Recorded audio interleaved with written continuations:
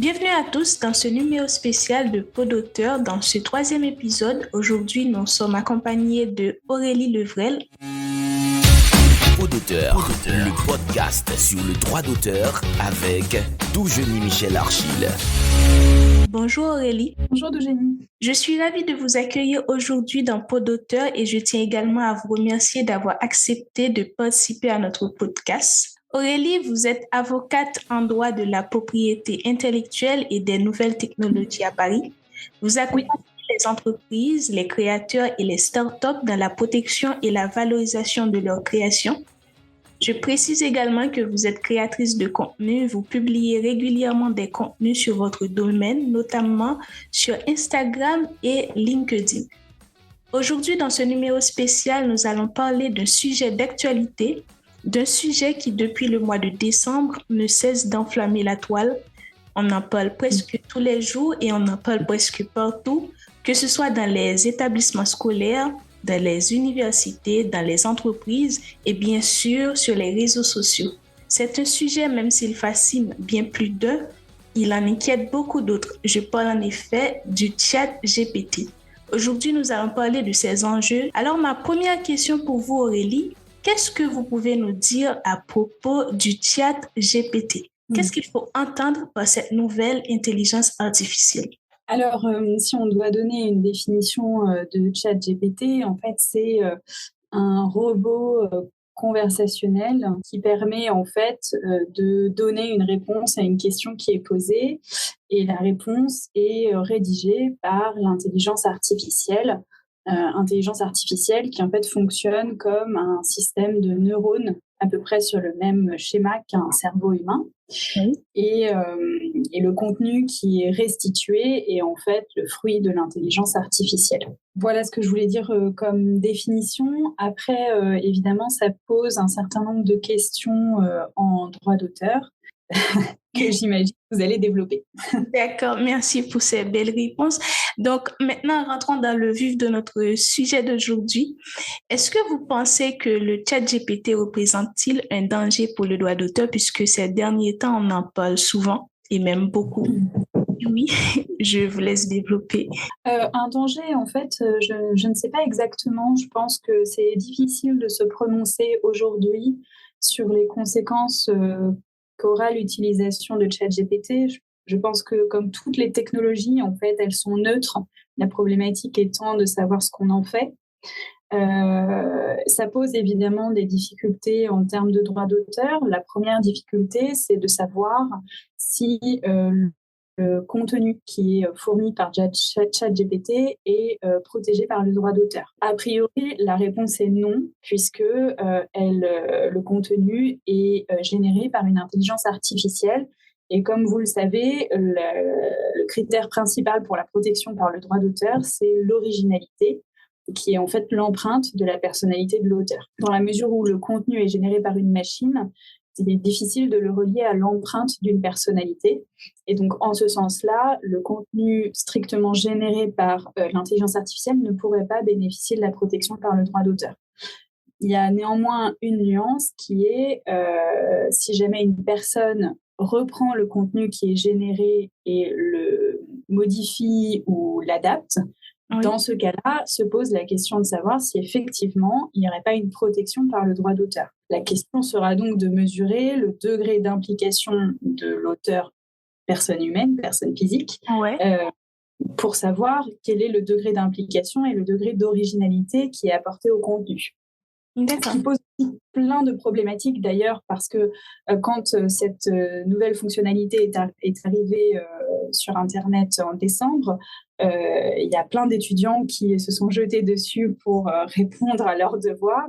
Oui. Et la réaction des instances universitaires a été de dire c'est du plagiat.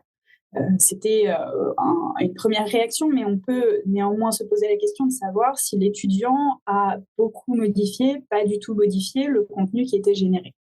Et du coup, la réponse par rapport au plagiat est différente. S'il a beaucoup modifié le contenu, s'il s'en est servi comme d'une base, ou s'il a simplement recracher le contenu généré par ChatGPT. Sans rien changer. Oui, sans rien changer, absolument. D'accord.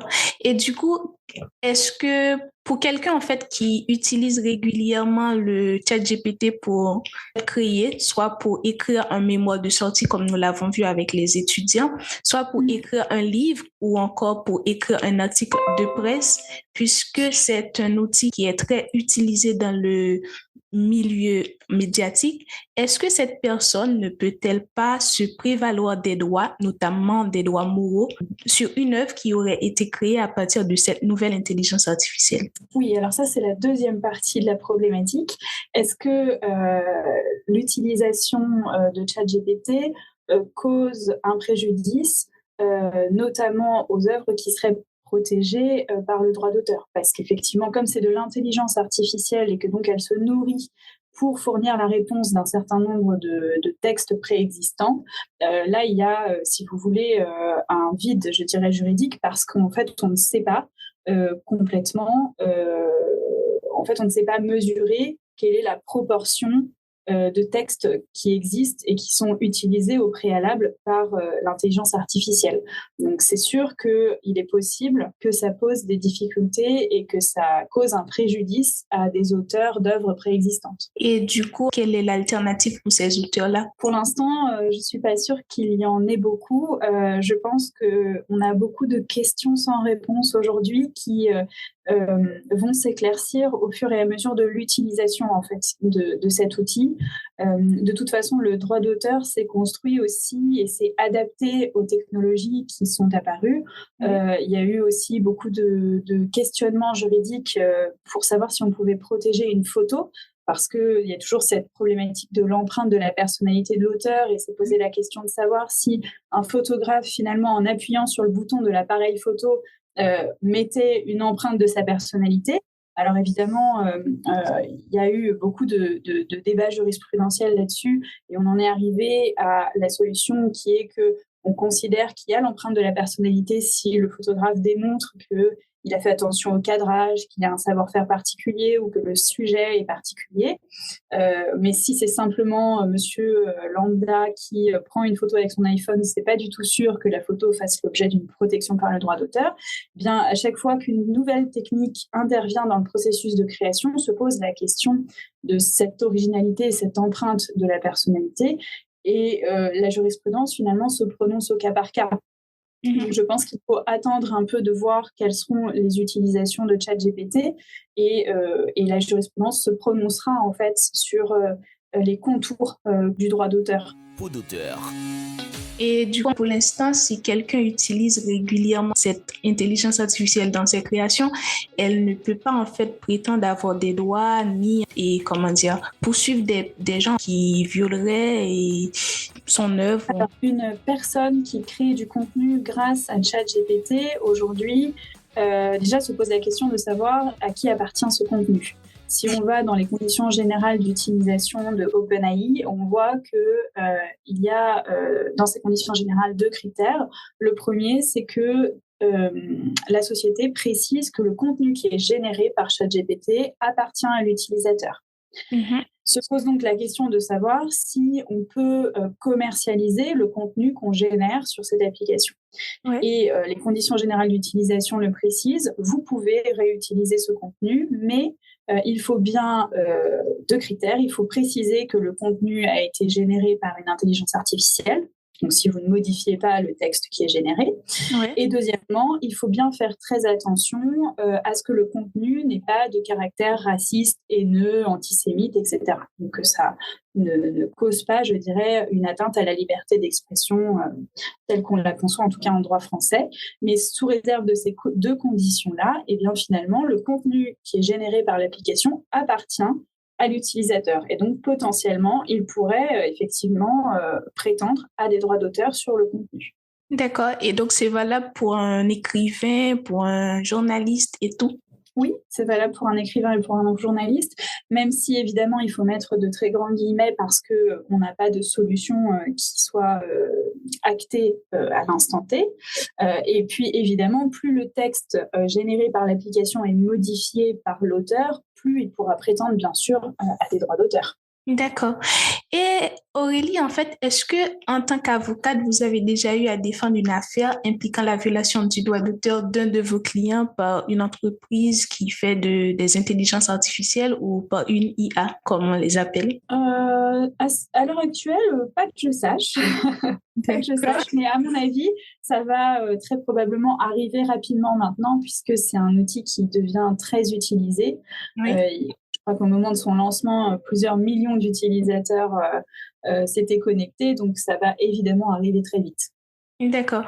Bon, en fait, pour répondre à une question que je vous avais déjà posée, est-ce qu'avec les IA, comme le ChatGPT, pensez-vous que ce sera la fin des droits moraux? Est-ce qu'on ne va plus parler de la paternité de l'auteur sur son œuvre? Est-ce qu'on ne va plus parler de son droit de retrait ou de repentir sur son œuvre? Puisque les intelligences artificielles, comment je pourrais dire ça, elles mélangent beaucoup de sources et du coup, il devient impossible de retrouver la source directe de l'œuvre. Est-ce qu'on va parler de la fin des droits moraux? Là encore, c'est difficile de se projeter parce que j'imagine que cette application va évoluer et donc peut-être qu'on peut imaginer qu'ils vont prévoir une fonctionnalité permettant d'identifier les sources. Vous savez par exemple qu'on a des logiciels anti-plagiat qui permettent d'identifier les sources et les pourcentages de textes importés. Donc, on peut imaginer qu'ils utilisent ce type de fonctionnalité.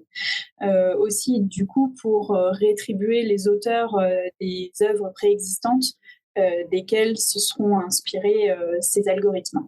Après, je ne pense pas que ce soit la fin du droit moral, en tout cas pas tout de suite. Et il faut que le droit d'auteur s'adapte, mais il a toujours réussi à s'adapter aux technologies qui sont intervenues. Et donc, j'ai assez confiance dans l'esprit humain pour qu'on arrive à contourner cette difficulté et protéger les auteurs. D'accord. Et selon vous, qu'est-ce qui devrait être fait pour minimiser les enjeux, pour ne pas dire les dégâts de cette nouvelle intelligence artificielle sur le droit d'auteur? Eh bien, je pense qu'il faut suivre de très près l'évolution de ces fonctionnalités. Je ne pense pas qu'il faille se précipiter sur la voie législative pour encadrer de façon rigide en fait l'utilisation de cette technologie. Je pense que les lois sur le droit d'auteur existent depuis longtemps et elles ont été globalement bien construites. Et avec une interprétation jurisprudentielle, on arrive à faire une application raisonnée en fait des principes du droit d'auteur aux nouvelles technologies. Donc il faut assister de façon très précise au développement de cette technologie et voir comment on peut encadrer cette technologie en fonction de son développement. D'accord. Je vous remercie en fait pour vos réponses, Aurélie. Je suis très contente. Mais j'ai une dernière question.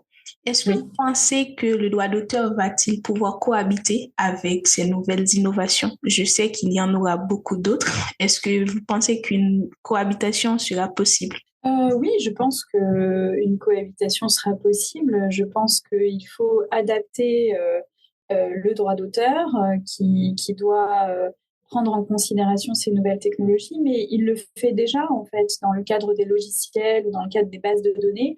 Vous avez le droit d'auteur classique et puis vous avez une nouvelle branche du droit d'auteur qui prend en considération l'aspect technique en fait des applications, des bases de données et des logiciels pour protéger les créations. Donc je pense qu'on peut s'adapter. Il faut réfléchir à un système qui permette de prendre en considération l'évolution technologique. Mais oui, je pense que ça peut cohabiter. D'accord, merci. Merci Aurélie pour ce bel échange autour du ChatGPT et du droit d'auteur.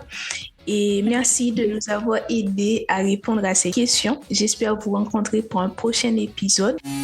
Merci à vous de l'avoir écouté jusqu'au bout. S'il vous a plu, n'hésitez pas à le partager autour de vous et n'hésitez pas à suivre Aurélie Levrel sur tous les réseaux sociaux. Vous allez trouver le lien de tous ses comptes dans la description de cet épisode. Je vous dis à bientôt pour un prochain épisode.